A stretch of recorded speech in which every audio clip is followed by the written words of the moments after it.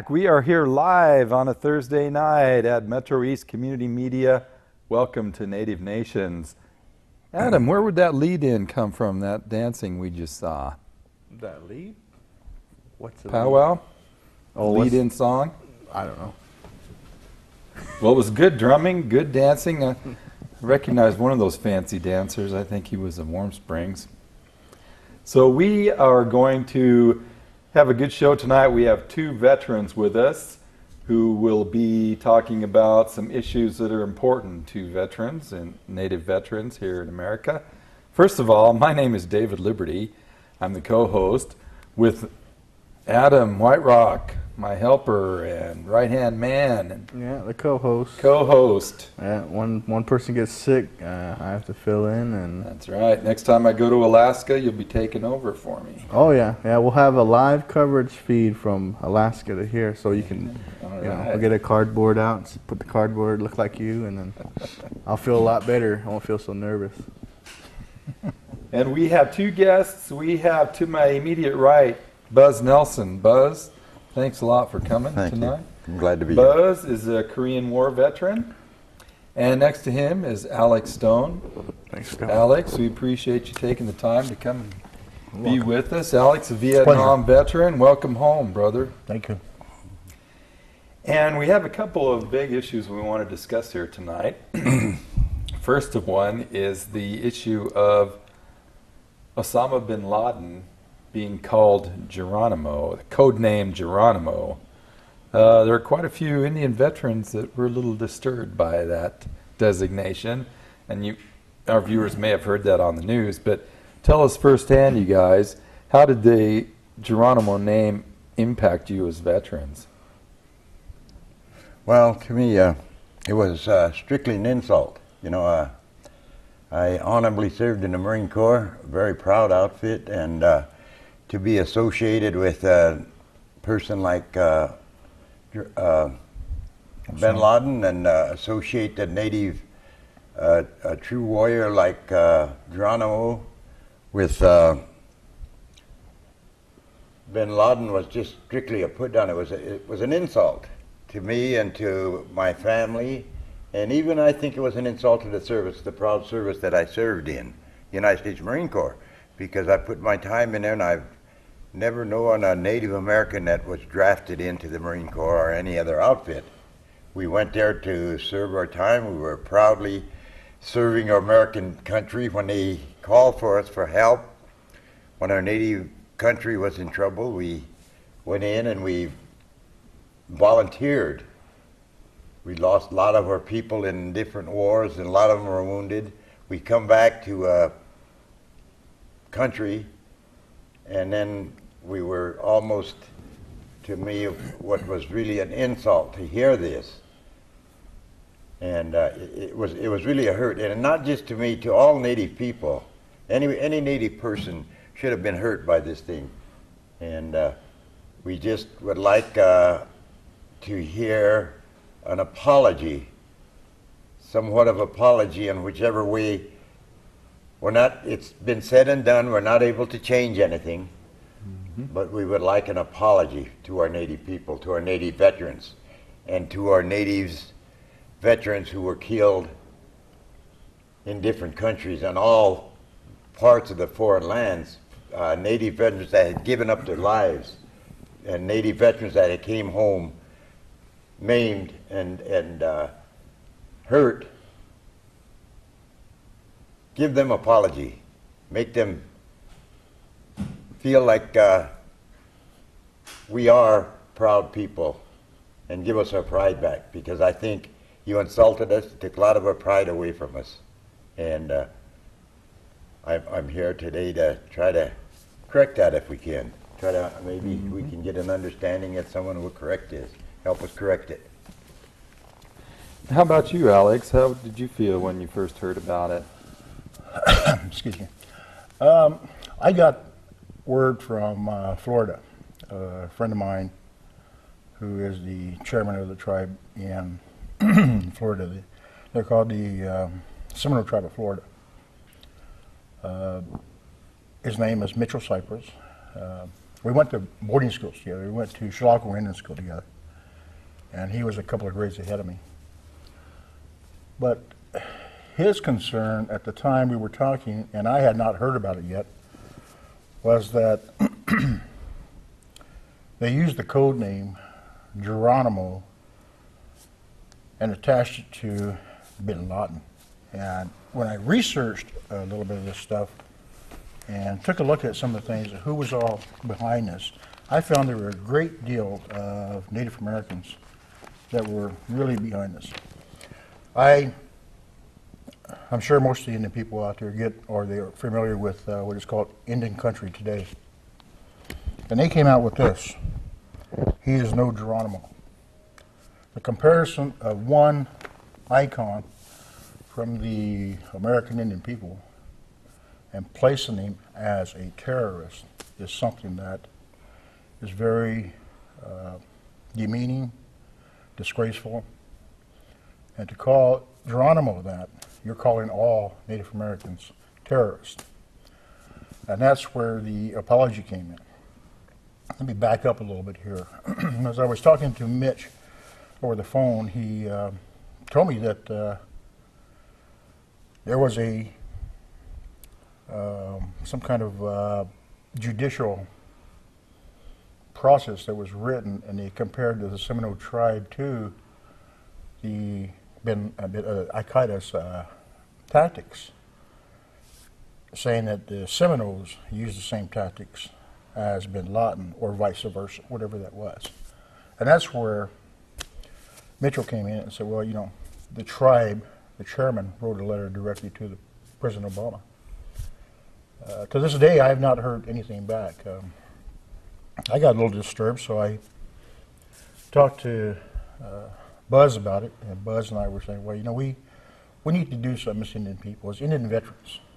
You know, a lot of us who went to foreign lands and foreign countries. Unfortunately, I fought in a war that wasn't very popular. You know, there weren't too many people that was welcomed us when we come home, like they do now from Afghanistan or Iraq. You know, they pat people on the back, almost like the old ticker tape parades and stuff. Well, that's why today I welcome you home, because Right. that's And all Vietnam veterans need. That's something we never a heard. welcome home. Mm-hmm. We never heard that when we came home. Exactly. It must have been about 30 years down the road that I went to a memorial at Vietnam Memorial at the zoo. And I had this one lady stop by and shook my hand and told me welcome home. That was the first time I heard that. But that was 30 years after I got out, or came home.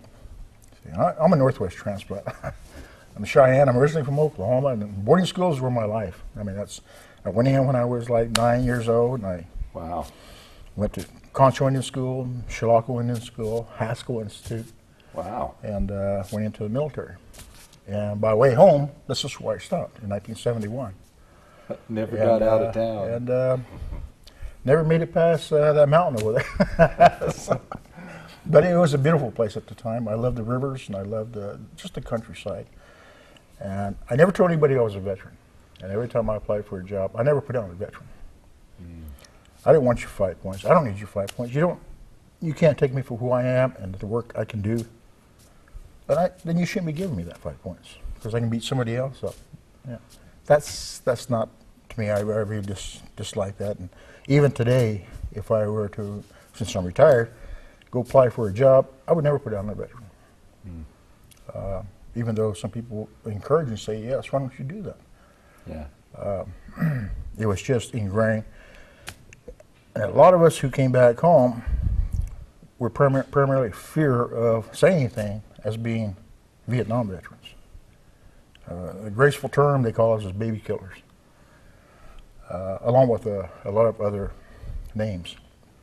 But you take the two, you take the Vietnam era, and you take the Afghanistan and Iraq.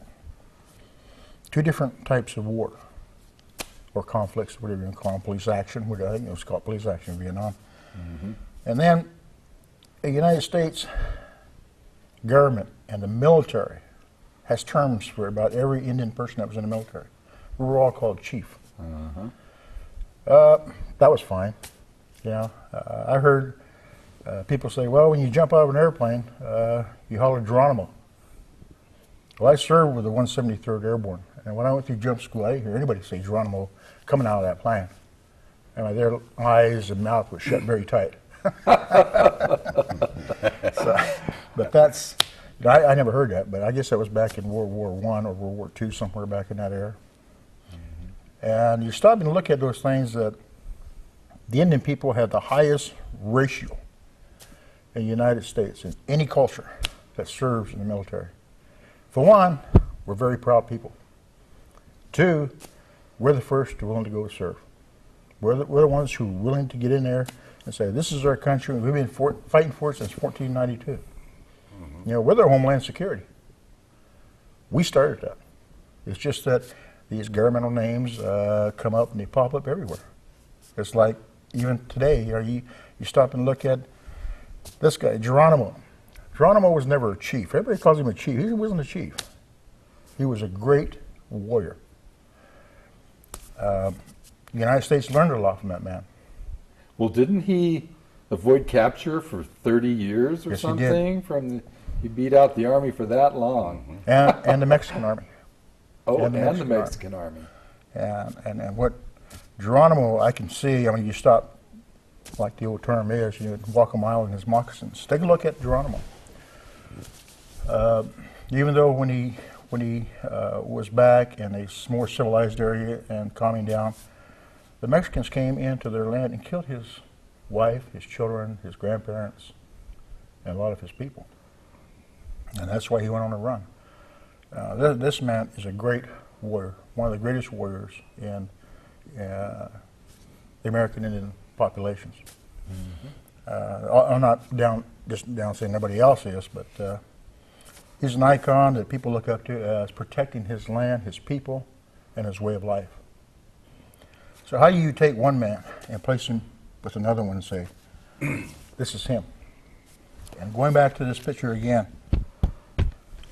I have to go over and over. Bin Laden was no Geronimo. He's no Geronimo whatsoever because this man stood for a reason. The other man, Bin Laden, he killed just to be killing. And why he hated the United States, beyond me, I'm not sure. I thought he was an Arabian myself. 'Cause I think that's where his family came from. Saudi Arabia. Saudi Arabia. Yes. Yeah. So that's my way of looking at this thing. But also, you know, I would say that a lot of our Indian people who came out of boarding schools, such as myself. I'm a boarding school brat. I went in when I was like 9 years old and got out when I was 18. I always ask people, I say, you ever heard of a high school having its own military unit? A National Guard unit? Never. Chilocco Indian School had its own National Guard unit. It's called the 45th Infantry, the Thunderbirds. Huh. We had our own. And every year, a lot of these guys joined that because, you know, there was $90 a month in their pockets. Oh, Plus, yes. that was military. You know, then every summer they went to camp. So this wasn't like ROTC. Nope. This is just the old boarding school. Unfortunately, Chilocco is no longer there. You know, they closed it down in 1984. Yeah. But they have a great big reunion every year. Every year it comes in June, about the 12th of June, somewhere around there. Matter of fact, I think probably going on right You now. just missed it. And it's going on in Oklahoma. So, you know, that's a lot of us come back. And a lot of our, I call them family, the Chilocco Indian School family. A lot of them didn't come home. And we pay a price. We pay a major price when we go into a war that we're trying to help keep this country free. And it's even this year, well, actually when Afghanistan first started, is that, you know, we gave our first American Indian woman killed in combat. Lori Paestawa. Paestawa. Her friend, Jessica Frank, what was her name? Jessica Lynch. Lynch, there you go. You know, I didn't know Lori was Native at the time. But in 2003, when I first went down to be with the boarding school veterans in Florida, I got to meet the parent, the two parents, and her children. Really nice children. I got a lot of pictures of them. Got to hold them and talk to them a little bit. Good. But they, it's really something that those little kids now can accept that their mom's an angel. That's what they call them. I've got a tape that I have when they interviewed the parents down there. The kids kept saying that my mom's an angel, and there she was. So, and I got to say, my tribe, also the Cheyenne people out of Oklahoma, when they went down and honored them at the end, Concho, the Cheyenne Rappel area, they gave them a horse. They gave a horse, and this horse was not broken; it was paint. And nobody can ride that horse but that little girl. That horse will not let anybody on its back but that little girl. Wow. Even today, they put her on her, and he just walks around with her. Amazing. But you put somebody else on it, he's never been broke. So, just Wow.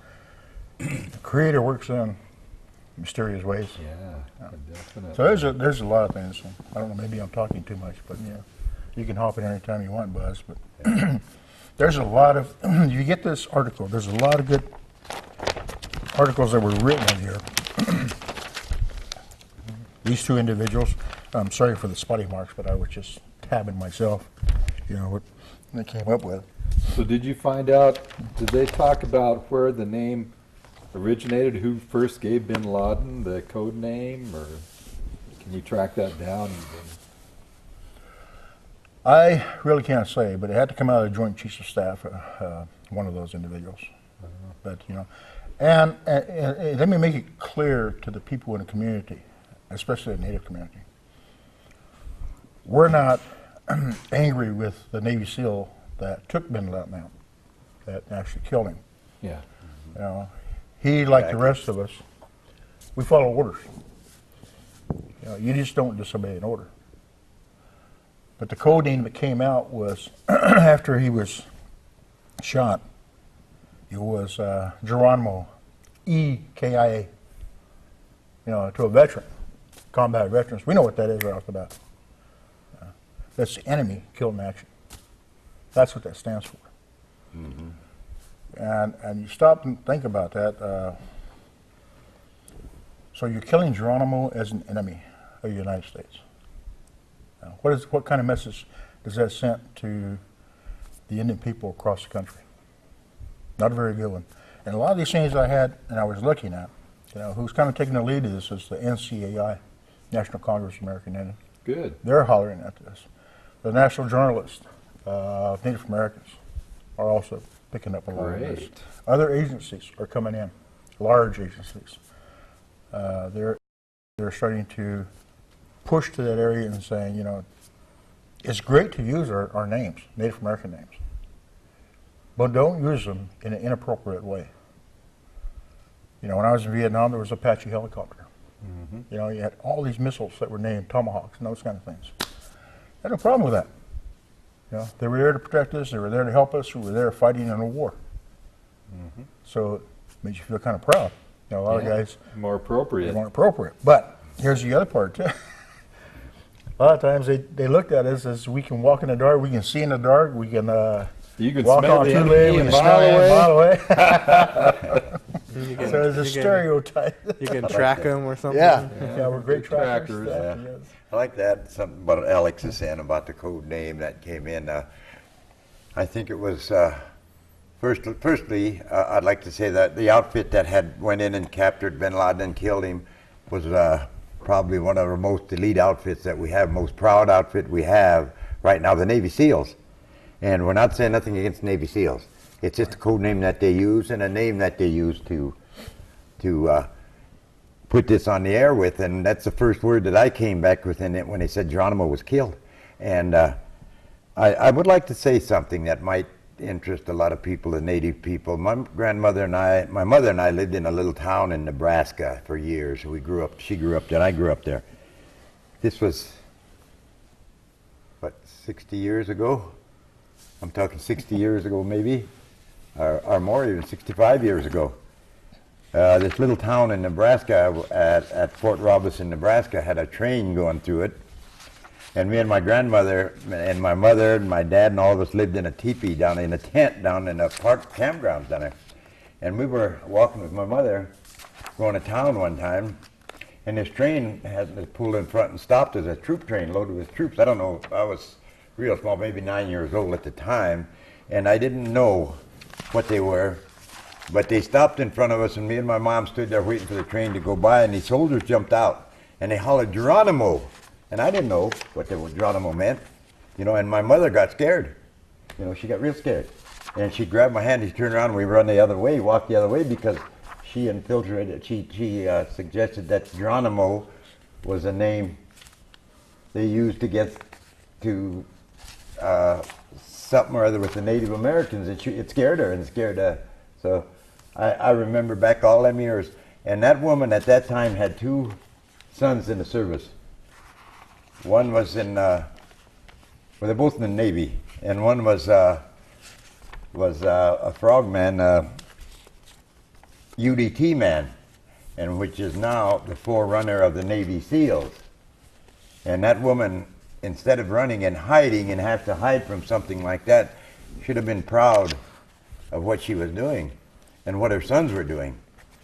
But like I said, and another thing I like to say is that we, when we came back from our services that we volunteered for and we went over, we're not only the Native Americans, but all soldiers and all veterans and all people that were in the service, came back and were shunned a lot. We were looked at as, you know, guys that were, maybe they mistook us as something that we really weren't before we went in. But our Native people had never done that. When a Native person come home and goes back to his reservation, gets out of the service and goes back to the reservation, he's honored, and he's looked up to, and he's honored, and he's proud. He makes his people proud, and they make him proud. And down through the years, down through time, our Native people has defended our people, and that's why they was over there fighting. And to come back and go to this change in the way we're treated now, it makes us feel proud and honorable to have served in the military and the services. First time I ran it was like Alex. I got on an airplane and I had a hat on, and this lady come up to me and she shook my hand and thanked me for being in the service. And down through time since then, this was several years ago, and down through time I run into this about every day, you know, and it's a proud feeling. It's a good feeling. That's why I wear my hat. That's why I wear my hat to let them know that I am a Native veteran. Good. And that we are proud people, and that we are warriors. We've been warriors since time began, and we'll continue to be warriors. No matter what the outcome of this comes, if we don't get an apology from it, we still want everyone to know that we're not going against our American people, because we're here to defend it. And we feel that we're part of America as much as anyone else, and we should be able to be honored and treated as such. Maybe we haven't been in the last 500 years, but I think maybe that can come to a change if we can get up and prove that we are honorable people and always have been defenders of our country, like Alex said. And it's good to be here and to be able to maybe get people to try to understand us a little more. And especially all servicemen, not just the Native Americans, but all servicemen, all veterans that are served, and the ones that are serving today. So is there any formal organization that's fighting this Geronimo issue? Or I'm trying to think of what our viewers, if they want to support this, what could they do to help support you guys in this Geronimo issue? Well, right now, out of Portland here, the only one we have is a concerned Indian community, which me and Alex and some of us are members of. And we're the one that started this organization now to do this. Okay. Now, and we're the ones that wrote to the president trying to get in a formal apology. So if they want to get involved with Native people, the concerned Indian community, they can get hold of us. And we'd proudly support them and have them support us. Now, I'm not sure if we got contact information. How would someone contact you guys if they wanted to help you in this cause? Well, the old Concerned Indian Community is primarily based out of Buzz and Joyce's place, and that's where you can get a lot of information. Okay. They've been long-time members of the community, long before me. So, you know, Buzz can give you his address and give you his phone number. You can call there. We tried to have 2 meetings, but I don't think a lot of people really understand right now what this issue is really about and how big it's getting. I think a lot of them have never heard of it to begin with. This might be the first time that they're going to hear this tonight. Well, I Yeah, certainly hope not. But my concern is, if you really want to do something, like I said, I hopped onto it right away when Buzz and I was talking after I talked to Mitch down in Florida. I drafted up a letter to the President Obama, with the help of my wife, with her writing and stuff and correcting my spelling and stuff. Good, I yeah. went to You boarding gotta- school, so I everybody never learned how needs to an spell. editor. Yeah. So I went over it twice with Buzz and Joyce and my wife and some of the community, and we got it finished. So we had him sign. He's the president of the organization, and then we shipped the letter off to President Obama, and we also faxed copies to the tribal people, the Apache tribe of Oklahoma, Fort Sill Apache tribe of Oklahoma, and that's where Geronimo actually comes from. Good. And we sent one to NCIA, one to the journalist program. How about But our state Mitch- senators? Well, that's our next push. We're going to be sending copies of those letters to those individuals, so they will have some input or even information and let people know what's going on. I mean, they can't be that naive to not know that the Indian people are coming down on them.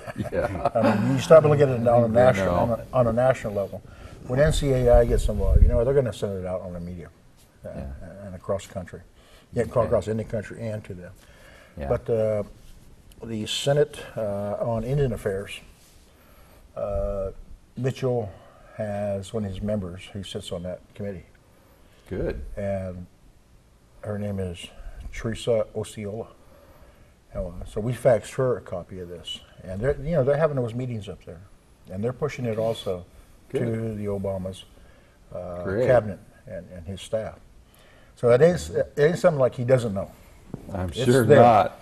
It's there. He's just trying to keep it at a distance, probably right, Right. now, hoping it doesn't blow up in his face. And if you got any kind of a computer, I'm not much for computers, but I have a laptop. I just went online and I typed up there Geronimo space Apache, and I hit all this information. People are commenting about it. A lot of tribes are commenting about it. A lot of tribes are writing letters. He needs to apologize to. And one of the things I looked at, I can't remember, I can't quote you which one it was, but someone said, we have our first black American president. Why didn't he see this? Being a racial slur or something toward, people of color. Where's his cabinet? Yeah. Why can't they see that? Why didn't they know that this could come back to hurt him? Yeah, he should have a Native American advisor on his cabinet. That's exactly what we were talking about. We're down there. Like I said, I go to Florida and we get together. We sit around usually in Mitchell's office and something. A lot of these things pop up. We also share a lot of old stories about each other, in boarding schools. Sure, I'm sure you do. Being raised in a boarding school wasn't all bad because I got to know a lot of people. I got to know people across the United States, all in boarding schools. And a lot of them now are like tribal chairmen. A lot of them have high positions. They're leaders in their community. They're leaders in a government. So, those individuals, I'm proud to say, I played football with that guy, Shlonka. I played baseball, basketball, whatever it was. You're also talking to a couple of old jocks here. When I first came to Portland, like I said, back in 1971, I first started playing Indian ball, and that's how I ran into Buzz. Oh. Yeah, we were playing Indian ball here in town, and then we started traveling to reservations and playing reservation ball. Yeah. Good. And All right. I was a fast pitch pitcher, and I had a team. Matter of fact, Buzz used to be my catcher. I showed him an old picture the other day.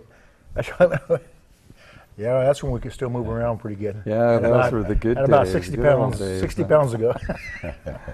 Well, Alex, we're going to take a little break here. We've got a singer and a drum, and we were hoping for more singers to show up, but we're a little short on Got the singers. Big Eagle so singer.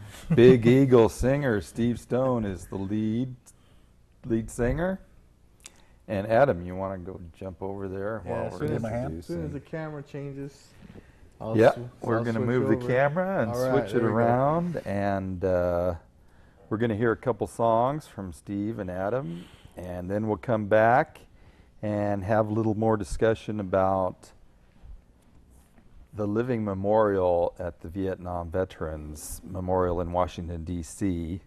The living memorial is just off of the wall, and as you may know, there are three men standing at the living memorial, and our veterans here thinks it'd be a good idea if we had a Native American statue. So we'll discuss that when we come back after a couple songs by Big Eagle Singers. We have to get the camera set up, so give us a minute here. While we're waiting, I do have an announcement I wanted to give everybody a heads up on. There's a commercial fishery that just started on the Columbia River. So if you're looking for some fresh salmon, you might want to head up to the gorge. Tribal fishermen are selling fish at Cascade Locks, the Lone Pine at the Dalles, Roosevelt boat launch at Roosevelt, Washington. So, in case you didn't know, the tribal fisheries protected under the 1855 treaties, and the Yakima, Warm Springs, Umatilla, and Nez Perce tribes all had a similar reserved right to fish in the Columbia River. So that's why there's a commercial fishery going on right now for tribal members, and I know you can get really good prices up there at the river. So it started at 6 a.m. this morning, and they'll be selling fish for probably the next couple, 3, maybe 4 weeks. We'll let you know our next program.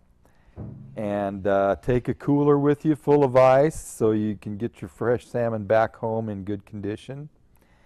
And you'll be able to get summer Chinook. You might have a sockeye or steelhead to choose from. So for those of you who love salmon, you get up the river and buy some fish from the Indian fishermen and women.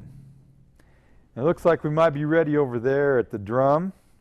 So let's switch over to the other camera and Steve Stone and Big Eagle Singers.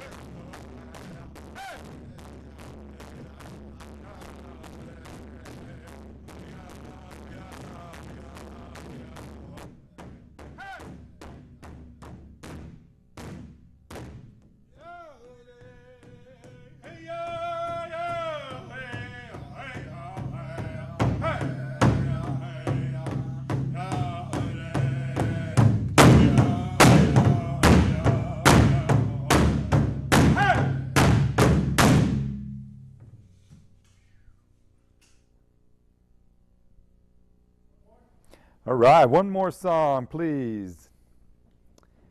One more for good measure.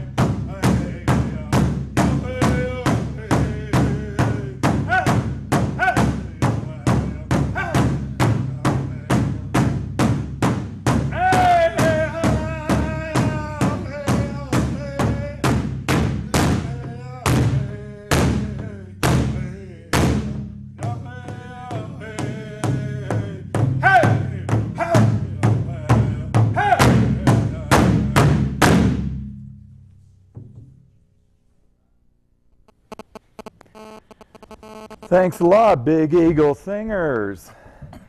And that veteran song.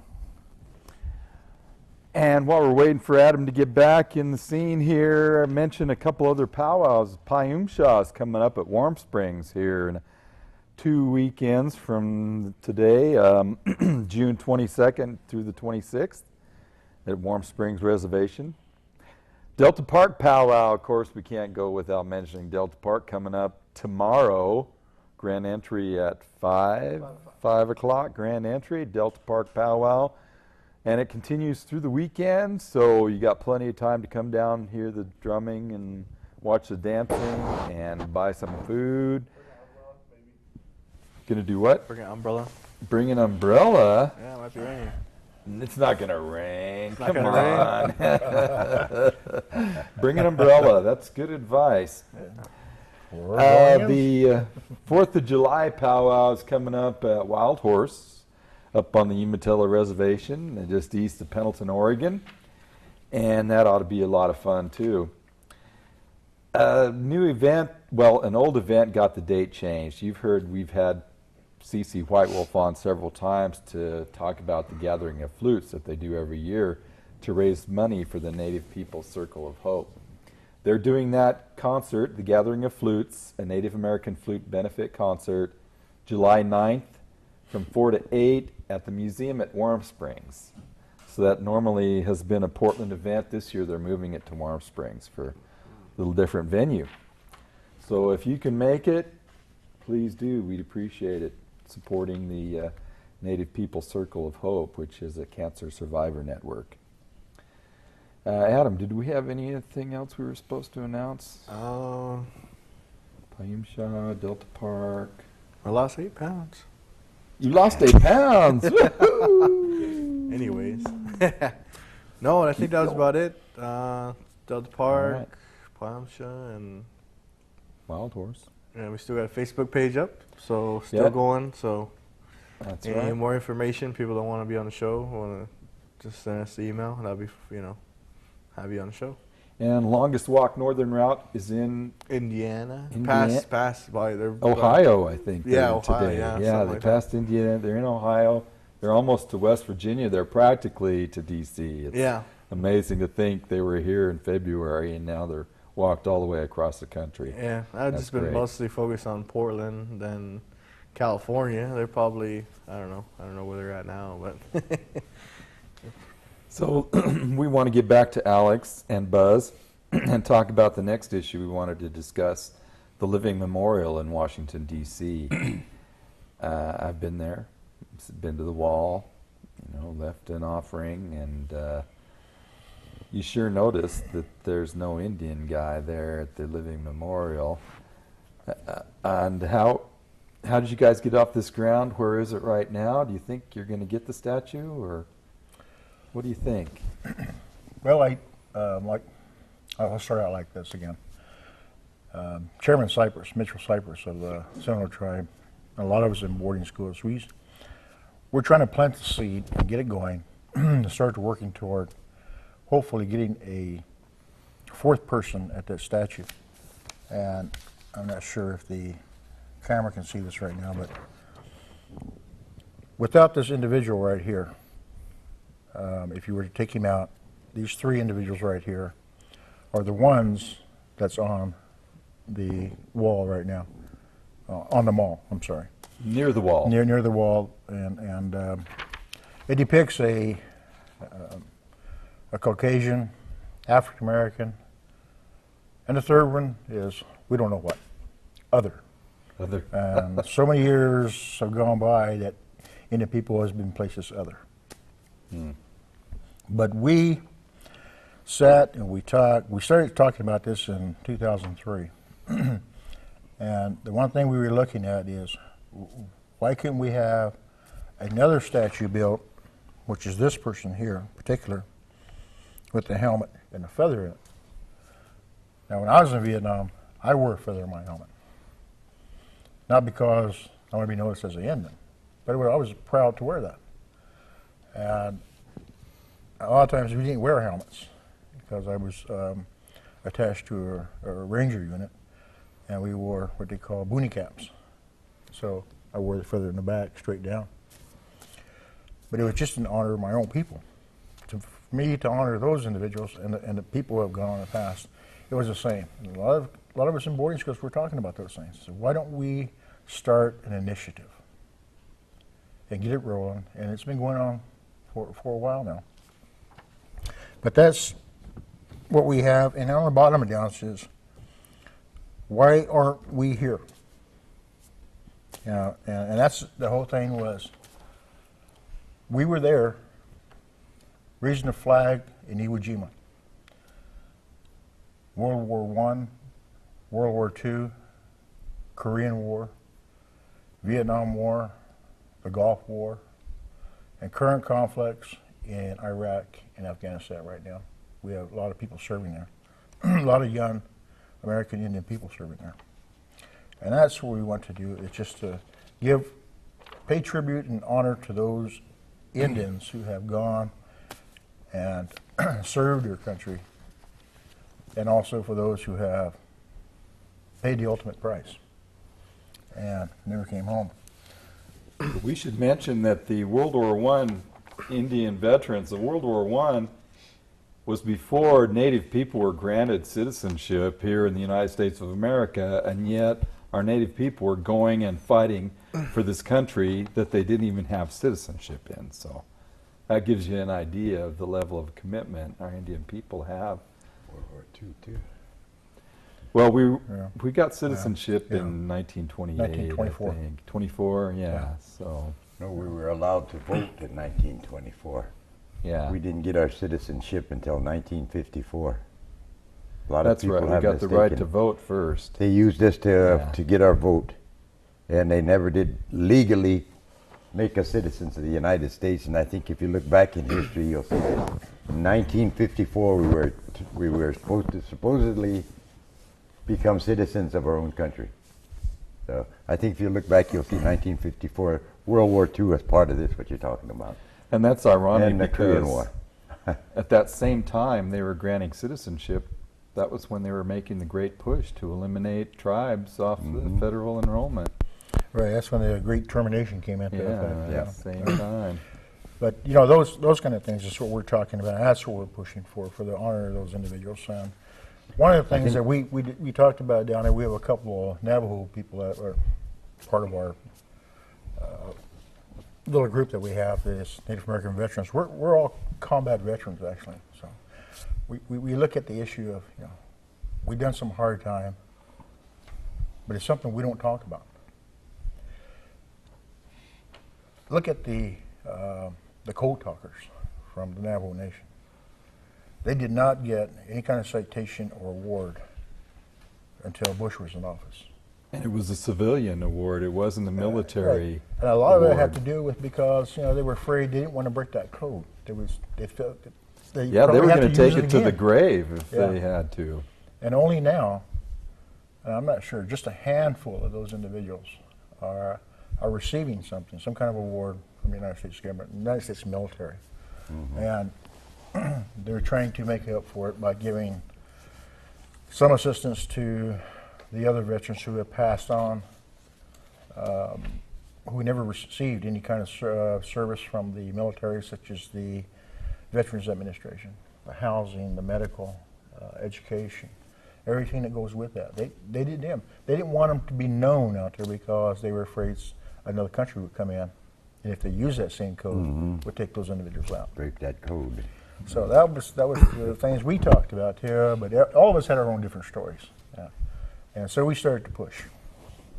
And a release was sent out, and I'm going to read this to you, if you don't mind. It's a release that came out in January 2010.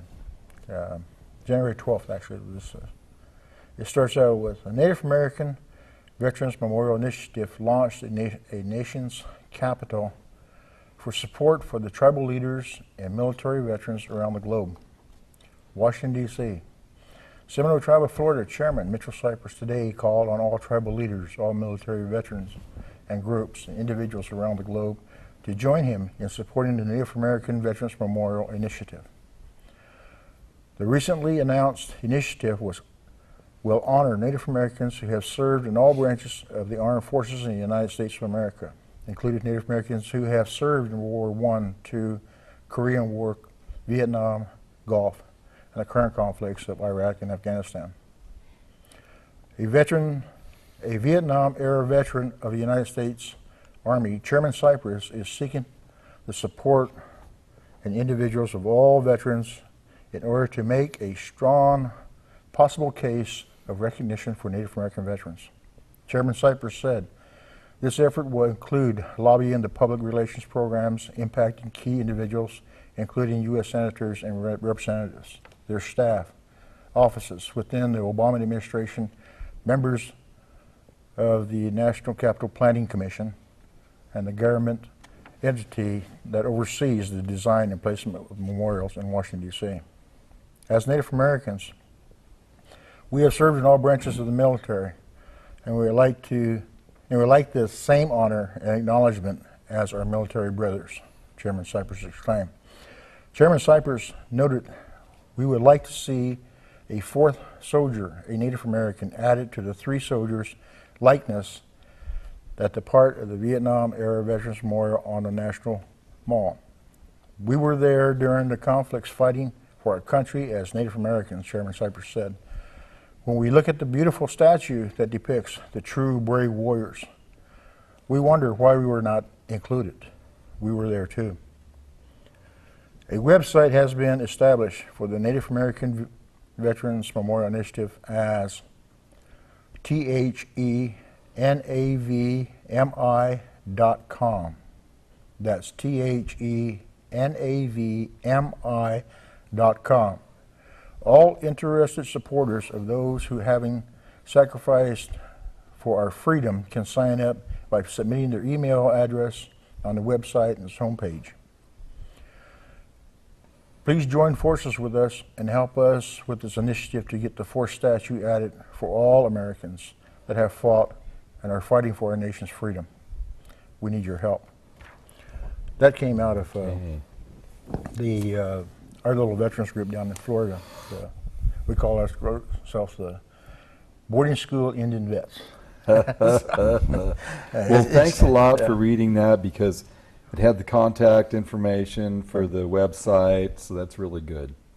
I want to add one thing here, Make Terry. it quick because we're running out Okay. of time, Alex. I just wanted to know that my son, who has a drum over there, during one of the Blazers basketball games, he had his drum come in and brought dancers in, and also had them support this thing Good. through the. I think it was the Blazers in New York game that they had that. We showed Which it is on, really we showed it good. on our Yeah, last we show. showed that on our show. Oh, you did? We had the okay. tape. Oh, yeah. Yeah, so. Excellent. So thanks a lot for coming, you guys. Alex, Buzz, we appreciate it. If you want to come back sometime, you got some other issues to discuss, let us know. We'll have you on the show. We just like to say that Concerning Indian Community is not a service community, a servicing agency. We take in what individuals have problems, and we try to support them in any way we can. Great. Thank you. Adam, you had something to say? Oh, just updates, you know, when you see us around Powell, Yeah, just updates, that's something that we right. want to give us a piece of paper, and we'll announce it on the air, and we'll keep it going. Yep. I think it's going. Okay. Sounds good. Well, thanks again, you guys. And we want to go out with another song from Big Eagle Singers. We just have a minute here left in the show. So, Steve Stone, if you would give us one last song, and Adam and I might be able to join you over there. So, thanks for watching Native Nations. We'll be back again next month, the 3rd Thursday of the month. Thanks to our cast and crew. And we need volunteers, so come on out and help us. Thank you.